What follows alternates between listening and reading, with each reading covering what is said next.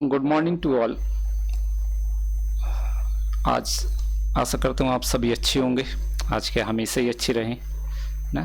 हम आज third class पढ़ते हैं। 12th क्लास की आपकी non profit organisation, not for profit organisation की थर्ड क्लास है। तो सबसे पहले आज हम थ्योरी का पोर्शन देखें, फिर जो होमवर्क दिया था उसको बाद में भी देखेंगे, हम उसको चेक करेंगे है ना कि आपने क्या किया। हमें रिप्लाई भी आए, बहुत सारे लोगों के आंसर सही थे, जिनके नहीं है सही वो चेक कर लें। तो यहाँ पर आज हम क्या पढ़ रहे हैं वो देखेंगे। तो बुक्स ऑफ अकाउंट मेंटेन है ना, books of account maintain by non profit organisation, ये लिखा है आपका, सॉरी लिखा है क्या है, books of account maintain by non profit organisation. Non profit organisation कौन कौन सी बुक्स रखते हैं, मेंटेन करते हैं, है तो बहुत सारी, लेकिन यहाँ पर हम आपको सिर्फ मेन 5 बुक्स के बारे में बताएंगे। जैसे आप ये फर्स्ट वाली देख ही रहे हैं, कौन सी है, कैश बुक, क्योंकि कैश सिस्टम को अडॉप्ट करते हैं नॉन प्रॉफिट ऑर्गेनाइजेशन, इसलिए कैश बुक सबसे इंपॉर्टेंट बुक है इनकी। यहाँ पर देखें क्या है कैश बुक में, all cash received and payment of the organisation of revenue and capital nature are recorded in this book.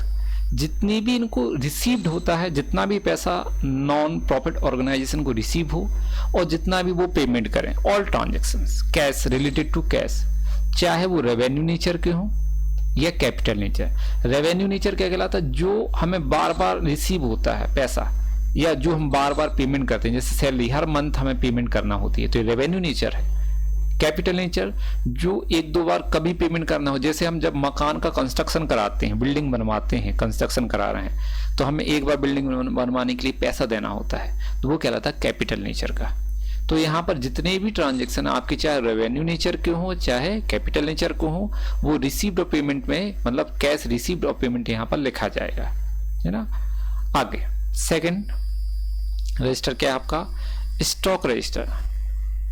हम आपको 5 पॉइंट बस डिस्क्राइब करेंगे, 5 पॉइंट, क्योंकि आपका मैक्सिमम जो क्वेश्चन होता है 12th का वो 5 मार्क्स का होता है। आप यदि 6 पॉइंट लिख देते हैं तो आपके 5 तो 100% सही रहेंगे, मतलब 5 मार्क्स तो आपको मिलेंगे यदि आप 6 लिखते हैं। एक दो को जो आपके पॉइंट है वो आप बुक्स में से देख सकते हैं, और यदि आपके पास बुक्स नहीं है तो किसी से ओल्ड बुक ले लें अभी फिलहाल में, लेकिन परचेज नहीं करना है क्योंकि सिलेबस चेंज होने वाला है, कुछ कम होने वाला है, क्योंकि इस बार सेशन कम रहेगा इस वजह से, है ना।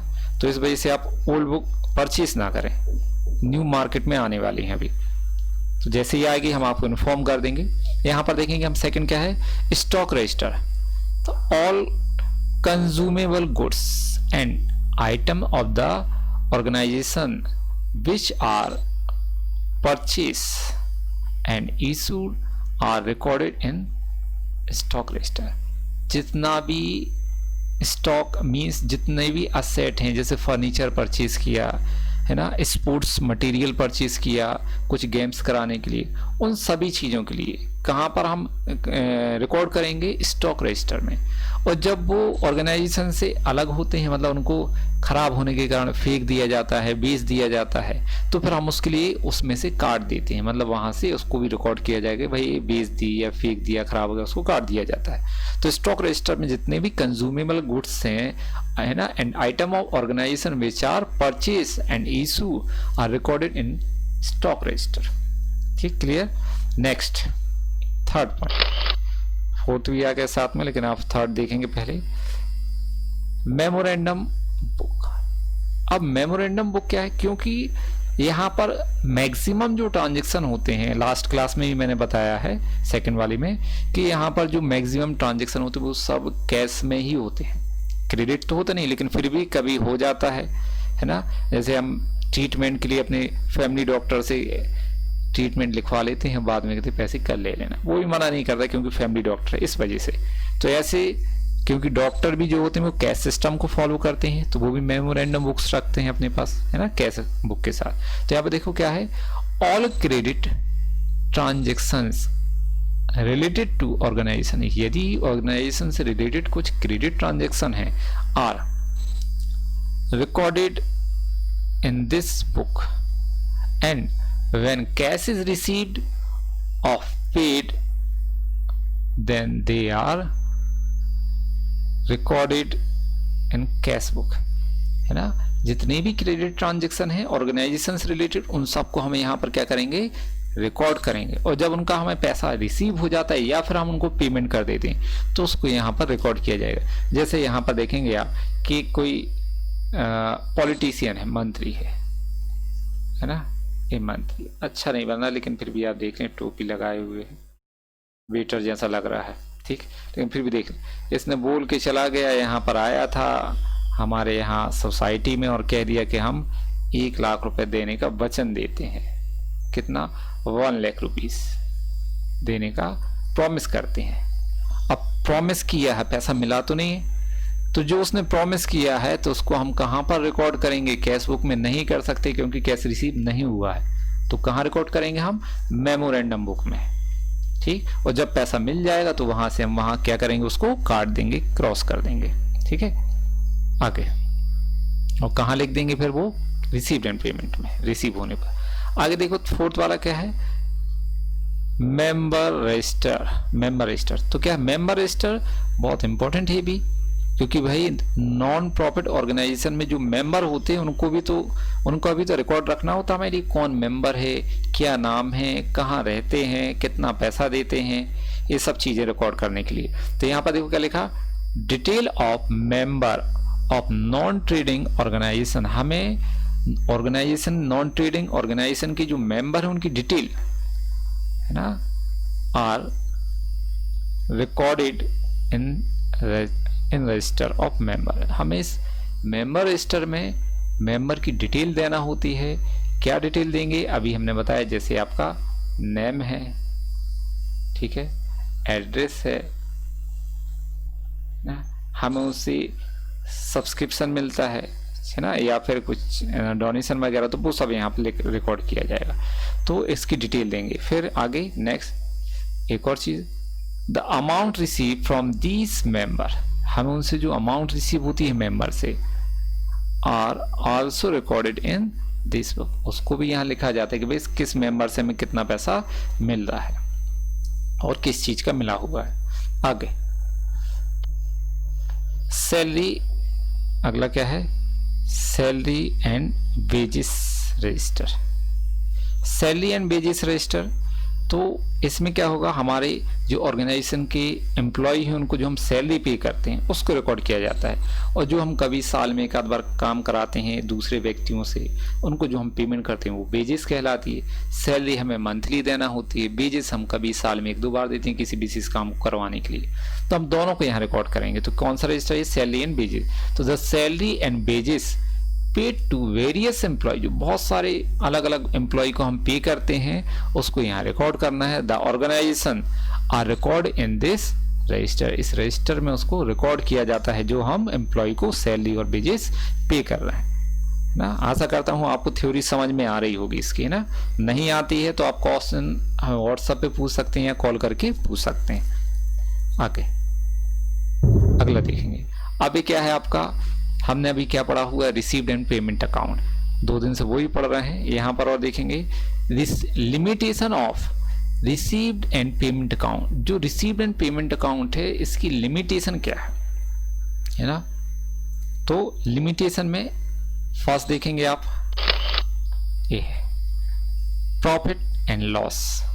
क्या है profit and loss, it does not show, है ना, इज डज नॉट शो, क्या शो नहीं करता है, एक्सपेंसेस एंड इनकम, क्या शो नहीं करता कि हमारी ऑर्गेनाइजेशन में एक्सपेंसेस कितने हैं, इनकम कितने, इसको शो नहीं करता है। On accrual basis, accrual basis पर आपने भी रिसीव्ड एंड पेमेंट अकाउंट में देखा कि आपने अनअर्न, आउटस्टैंडिंग, है ना, अनपेड, इन चीजों को रिकॉर्ड नहीं किया है, ये एक्रूअल बेसिस पर कहलाते हैं। तो रिसीव्ड एंड पेमेंट अकाउंट क्या नहीं करता है, it does not show expenses and income on accrual basis, accrual basis पर शो नहीं करता है। वो तो रिसीव हुआ तो रिसीव में लिखेगा, पेमेंट किया तो पेमेंट में। अब अनपेड कितना है, आउटस्टैंडिंग कितना, उसको रिकॉर्ड नहीं करेगा, इसलिए प्रॉफिट एंड लॉस भी शो नहीं करता है। ठीक, next trial balance. On the basis of received and payment account, है ना, रिसीव्ड और पेमेंट अकाउंट के बेसिस पर trial balance can not be prepared. हम ट्रायल बैलेंस नहीं बना सकते हैं। ट्रायल बैलेंस क्या होता है आपको पता है, जो कि अकाउंट के बैलेंस के बेस पर तैयार किया जाता है। आपने 11वीं क्लास में ट्रायल बैलेंस बनाया है ना, जैसे कैश डेबिट बैलेंस होता है, बिल्डिंग असेट है तो डेबिट बैलेंस होगा, कैपिटल लायबिलिटीज है तो क्रेडिट बैलेंस होता है। तो उसको हम ट्रायल बैलेंस, तो रिसीव्ड एंड पेमेंट अकाउंट के बेसिस पे हम ट्रायल बैलेंस प्रिपेयर नहीं कर सकते। Next depreciation. डेप्रिसिएशन एक नॉन कैश आइटम होता है, ठीक है। तो यहां पर क्या लिखा, it does not show expenses on account of depreciation. ये क्या शो नहीं करता, received and payment account depreciation को भी शो नहीं करता है, डेप्रिसिएशन वहां नहीं लिखा जाता है। एक क्वेश्चन में मैंने शायद सेकंड नंबर के क्वेश्चन में दिया हुआ था फर्स्ट क्लास में। बैलेंस शीट,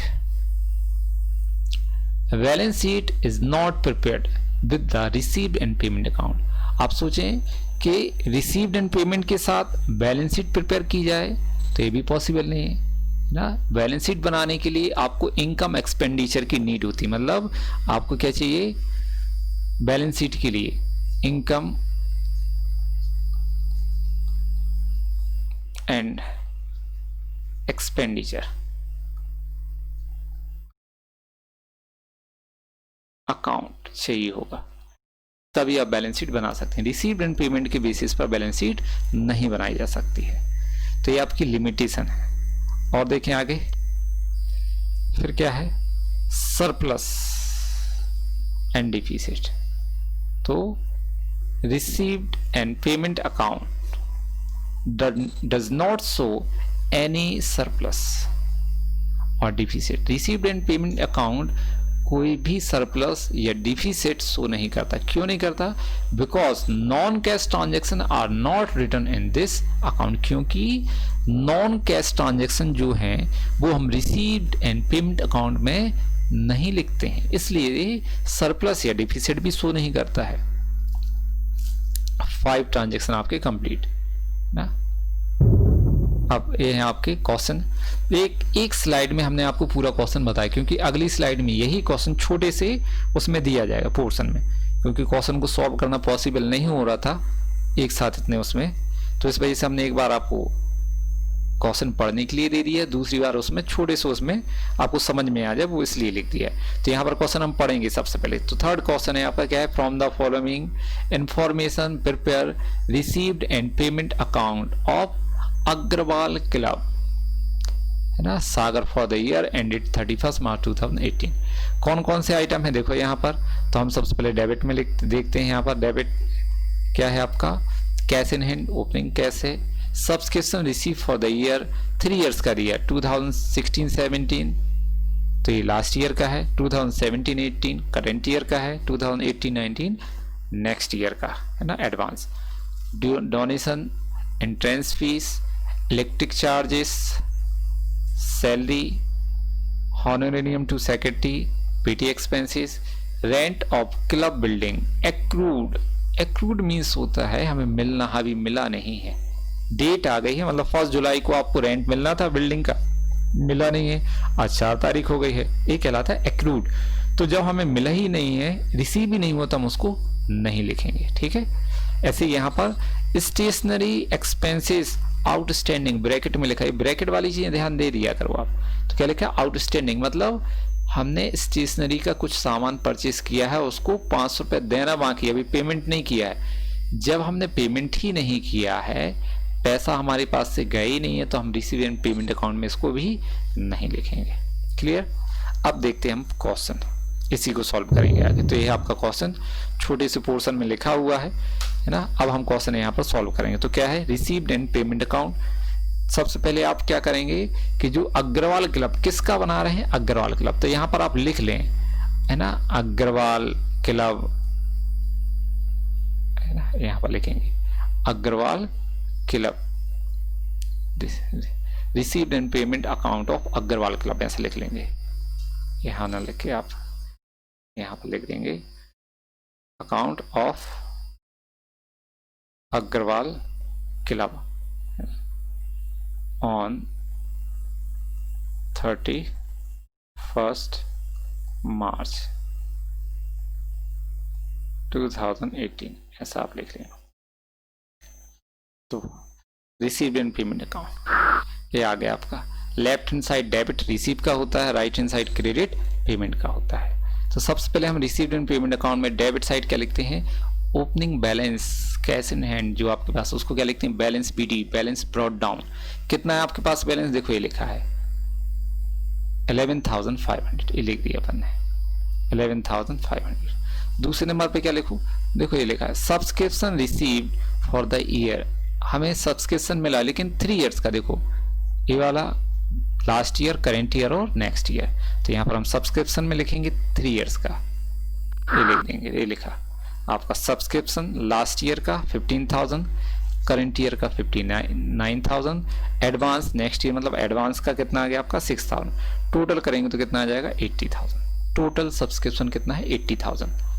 अब उसके बाद देखो क्या लिखा है डोनेशन, डोनेशन कितना है 20,000, तो रिसीव में लिखेंगे डोनेशन 20,000, ये लिख दिया। डोनेशन के बाद क्या है एंट्रेंस फी, ये भी डेबिट में आएगा रिसीव साइड, एंट्रेंस फीस कितना है 9,000, ये लिख दिया हमने 9,000 एंट्रेंस फीस।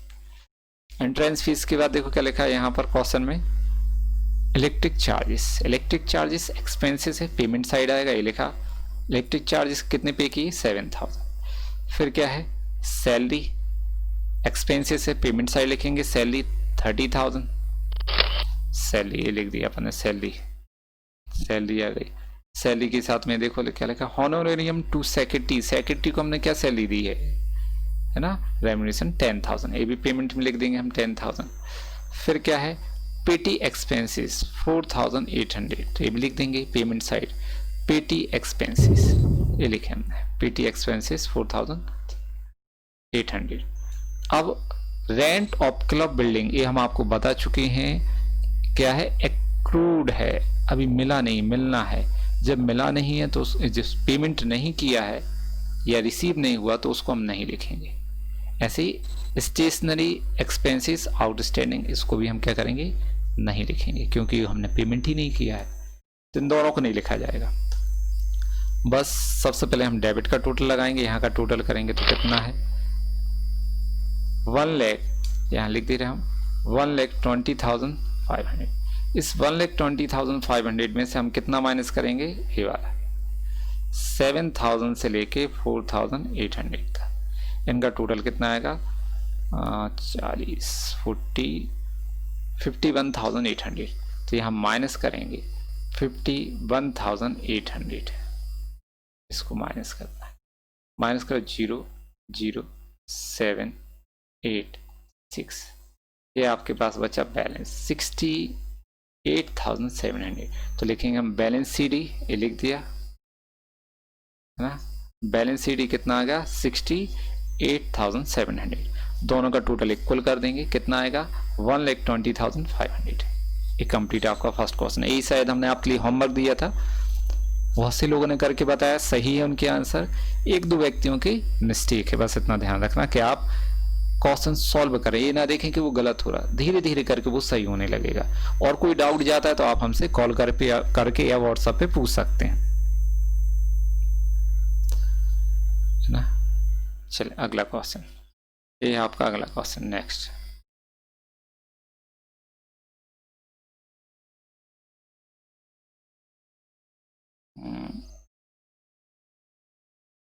यहाँ पर पहले हम उसको क्वेश्चन को बड़े उसमें पढ़ लें, एक बार रीड कर लें, फिर उसके बाद छोटे उसमें देखेंगे। तो क्या है अगला question, prepare received and payment account of Chetna club for the year ended on 31 March 2018, cash balance, subscription received last year, current year, last year, current year और नेक्स्ट ईयर 3 इयर्स का सब्सक्रिप्शन दिया है। Donation receive 8000, entrance fees 4300, rent receive 5250, electricity charges 3440, wages 500, interest received 2950, insurance 310, printing and stationery 350, sundry expenses 900, salary 16000, हॉनोरेरियम to secretary 7500, फिर rent of club building 1750 is accrued, अभी मिला नहीं है आपको, ठीक है। जब रिसीव ही नहीं हुआ तो इसको हम नहीं लिखेंगे, ध्यान रखना है आपको। Outstanding expenses of printing and stationery, ये भी आपने अभी पे नहीं किए हैं, जब पे नहीं किए तो इनको भी नहीं लिखेंगे क्योंकि ये कैसे हैं, आउटस्टैंडिंग है, आउटस्टैंडिंग, दोनों नहीं लिखे जाएंगे। तो अब देखेंगे अपन क्वेश्चन, तो ये आपका क्वेश्चन, और यहाँ पर हम प्रिपेयर कर रहे हैं रिसीव्ड एंड पेमेंट अकाउंट। कब प्रिपेयर कर रहे हैं, 31 मार्च, है ना। आपको अब सोसाइटी का नाम भी लिखना है, कौन है ये, कैसा लिखेंगे हम heading, received and payment account of Chetna club, है ना, ऑन 31 मार्च 2018। अब क्वेश्चन में सबसे पहले लिखेंगे हम कैश बैलेंस बीडी कितना है, 4390, डेबिट में लिखेंगे बैलेंस बीडी, ये लिख दिया अपन ने, बैलेंस बीडी 4390। फिर क्या है, ये लिखा है सब्सक्रिप्शन रिसीव्ड, रिसीव हो रहा तो कहाँ लिखेंगे, रिसीव साइड, डेबिट साइड लिखेंगे, सब्सक्रिप्शन 3 इयर्स का दिया, ये लिख दिया। लास्ट ईयर का पहले देखो ये लिखा अपन ने, सब्सक्रिप्शन लास्ट ईयर का 6000, करेंट ईयर का 33000 और एडवांस 4000, टोटल कितना आया 4300। फिर सब्सक्रिप्शन के बाद डोनेशन रिसीव्ड हुआ 8000, तो रिसीप्ट साइड लिखेंगे डेबिट में, डोनेशन 8000। डोनेशन के बाद क्या है, एंट्रेंस फी, ये भी रिसीव हो रही तो डेबिट में लिखेंगे रिसीव साइड, एंट्रेंस फीस ये लिख दी हमने, एंट्रेंस फी ये लिख दिया है डोनेशन। नेक्स्ट रेंट रिसीव्ड 5250, इसको भी डेबिट में लिखेंगे, रिसीव हो रहा है, रेंट रिसीव्ड 5250। इलेक्ट्रिसिटी चार्जेस है ना, इलेक्ट्रिक चार्जेस, तो ये एक्सपेंसेस पेमेंट किया तो कहाँ लिखेंगे, क्रेडिट साइड पेमेंट में 3000, ये लिख दिया हमने, इलेक्ट्रिक एक्सपेंसेस 3440। उसके बाद क्या है, बेजिस, ये भी एक्सपेंसेस है, इसको भी हम कहाँ लिखेंगे, क्रेडिट में पेमेंट साइड, ये लिख दिया, बेजिस 500।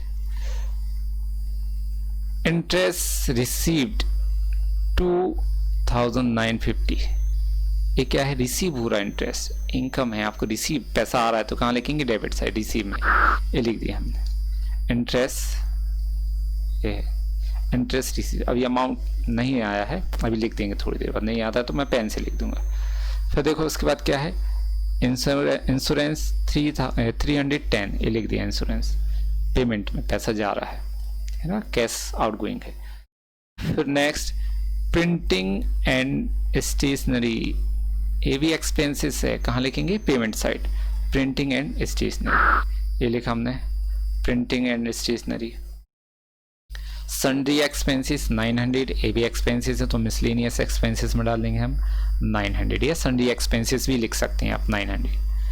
फिर सैलरी, इसके बाद देखो क्या दिया है यहाँ पर, सैलरी भी एक्सपेंसेस है, पैसा जा रहा है आपके पास से तो पेमेंट में लिखेंगे सैलरी लिख देंगे हम, ये लिखा सैलरी, क्रेडिट में, पेमेंट में 16,000।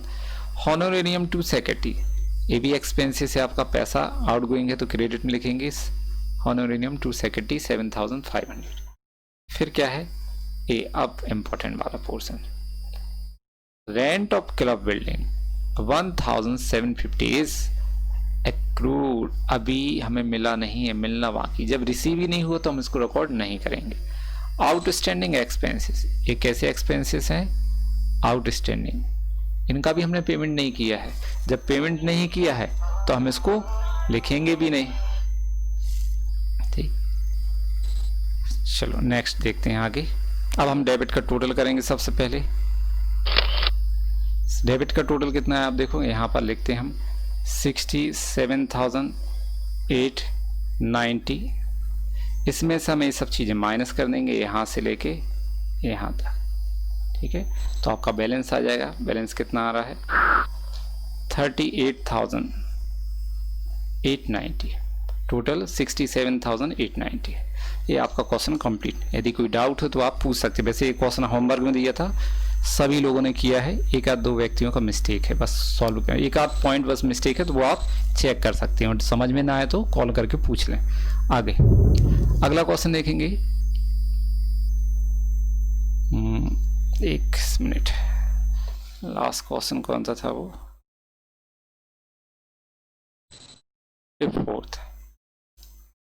Fifth, from the following particular, prepare the received and payment account of Pragati Club for the year ended 31st March 2018. Opening balance of cash 3,600. Membership fee, the club has 500 members. Each member is to pay annual membership fee 20. 50 members have not paid their fees and 25 members paid for next year. Salary paid 1,200. Gardening expenses 600 has been paid and 100 rupees क्या है outstanding. तो फिर वही बात है ना कि outstanding है तो इसको हम नहीं लिखेंगे क्योंकि पेड ही नहीं किया है, ये वाले 100 रुपीज़ नहीं लिखे जाएंगे, बाकी जो पेड कर दिया उनको लिखेंगे। तो सबसे पहले रिसीव्ड एंड पेमेंट अकाउंट, यहाँ पर देखेंगे फॉर्मेट ऑफ, ये मिस्टेक बाय हिंदी में आ गया है ना, हम इंग्लिश मीडियम की क्लास ले रहे हैं तो यहाँ पर इंग्लिश मीडियम में आपको लिखना है। तो क्या लिखेंगे अपन, यहाँ पर लिख देते हैं हम रिसीव एंड पेमेंट अकाउंट ना एज ऑन 31st मार्च, ठीक, इसको अलग कर देंगे, ये नहीं। तो सबसे पहले डेबिट में लिखेंगे बैलेंस, कैश का बैलेंस, यहाँ पर ये लिखा अपन ने बैलेंस बीडी, आपके कैश का बैलेंस कितना 3,600 ये लिखा है। ओपनिंग बैलेंस से स्टार्ट करते हैं हम अपना receive and payment account, debit में लिखेंगे रिसीव साइड बैलेंस बीडी। अब यहाँ पर जो सबसे इंपॉर्टेंट है वो क्या है, मेंबरशिप फी। तो यहाँ पर समझ लें पहले, देखिए मेंबरशिप फी सबसे इंपॉर्टेंट इस क्वेश्चन में क्या है, the club has 500 member, each member is to pay annual subscription, है ना। जो एक मेंबर है वो कितना पे करता है एनुअल सब्सक्रिप्शन, यहाँ पर फीस पे 20 रुपीज़, और 50 मेंबर हैव नॉट पे there fees and 25 member paid for next year, मतलब उन्हें करेंट ईयर का भी दिया और नेक्स्ट ईयर का भी दे दिया। तो यहाँ पर कैलकुलेशन देखेंगे हम, यहाँ पर कैलकुलेशन हमारे पास 500 मेंबर थे, यहाँ पर 500 मेंबर थे, जिसमें से कितनों ने पे नहीं किया 50। तो यहाँ पर देखो 50, इसको माइनस करेंगे 500 में से 50 माइनस करेंगे तो कितना बचा 450। तो 450 मेंबर ने पे किया है, एक मेंबर कितना देता है 20 रुपीज़, तो 450 कितने देंगे 9,000 रुपीज़, एक चीज़। फिर इन्हें क्या कहा है कि 25 मेंबर जो ये वाले 25 इन्हें नेक्स्ट ईयर का भी दे दिया, इस साल का करेंट ईयर का दिया है, नेक्स्ट ईयर का भी दिया, तो हम इसमें प्लस कर देंगे, यहाँ पर प्लस करेंगे, कितना एडवांस मिल गया हमें 25 मेंबर से 20 रुपीज़ पर मेंबर, तो कितना 500, टोटल कितना हुआ 9,500। तो इतना है आपका मेंबरशिप फी, ये लिख दिया अपन ने, है ना। तो करेंट ईयर का कितना मिला है 9,000, एडवांस कितना मिल गया है 500, टोटल कितना आ गया 9,500। बस आगे देखेंगे क्या है, सैलरी पेड 1,200, तो 1,200 पेमेंट साइड लिखेंगे क्रेडिट में, सैलरी ये लिख दी हमने, सैलरी